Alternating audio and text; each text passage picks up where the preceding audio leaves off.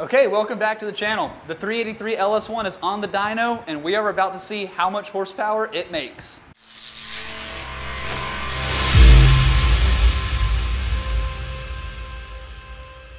So a quick recap on the engine if you're new to the channel. This is a 383 cubic inch old school LS1. Well, old school. It's an LS1. So it has a 3.905 bore with a 4-inch stroke crankshaft.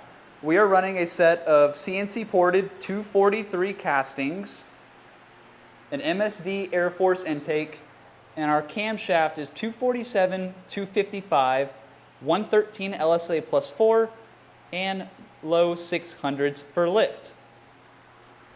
Really quick, before we start leaning on this motor, let me know in the comments below how much horsepower and torque you guys think it's going to make. We are running it on E85, and it is 12-to-1 compression, if I haven't mentioned that already. We've already actually warmed the engine up. Everything's operating correctly. We have no leaks. All the injectors are firing. It's doing what it's supposed to. We are just about to make our very first dyno pull as a base pull. I'm only running 24 degrees of timing, and we're going to pull it from 3,000 to 6,000 RPM just to make sure everything's working correctly. Then I'm hoping it's still climbing at 6,000. We'll start to stretch its legs. We'll find exactly how much RPM the motor is going to carry, and then we will start adding timing to see how much horsepower this little guy is going to make.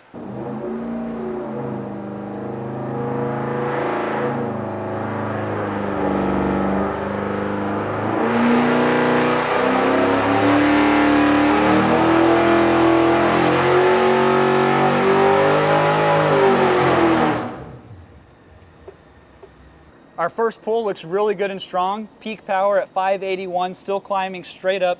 But look at the torque curve. It's just flat. Peak torque at 535.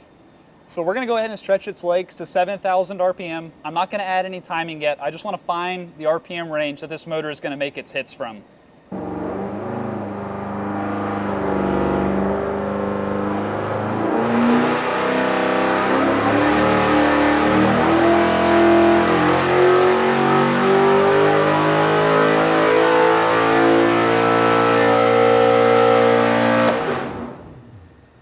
Second pull looks really nice. We peaked power right at 6,300 RPM, and then it just went flat and carried nicely to 7,000.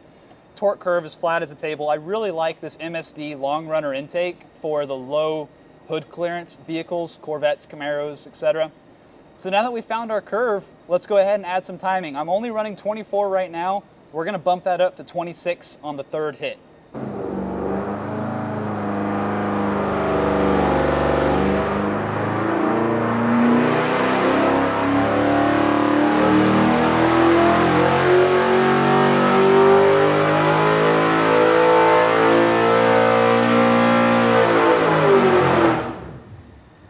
Let's overlay that 26-degree pull with the 24-degree pull. So red curve is 26, blue is 24. And you can see down low it picked up, at peak torque it picked up, but it especially picked up top. That's because cylinder pressure is dropping off, and that extra timing is making a big difference. So I'm gonna leave timing alone below 4,500. I'm just gonna add 1 degree from 45 to 55, and then after 55, I'll put 2 more degrees in.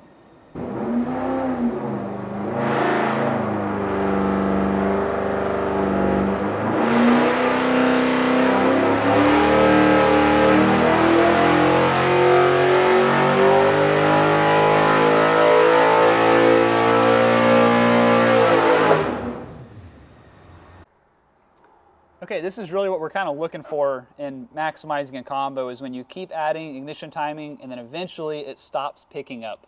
And that's what we can see here. The blue curve and the red curve are overlaying exactly. The extra timing we added off more than 26 degrees did not make any difference. It didn't lose any power, so it's not like we hurt anything. It's just it's a null gain, or it's a null point to make. So this engine made the most power at 26 degrees across the board. And final number was 613 horse and 550 torque with a super flat torque curve.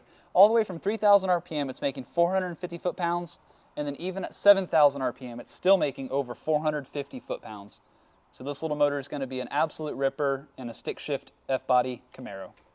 We are now done in the dyno room, but we are not done with this engine. Next step for it is going to be going into Ben's F-body Camaro, and then we're going to take the car to Jeremy's chassis dyno to see how much power it makes to the wheels, which will be kind of cool because then we can actually calculate the exact drivetrain loss that a F-body T56 Camaro has with our dyno and Jeremy's dyno. So that's good data to have. So thank you all so much for watching this video, and as always, we'll see you next time.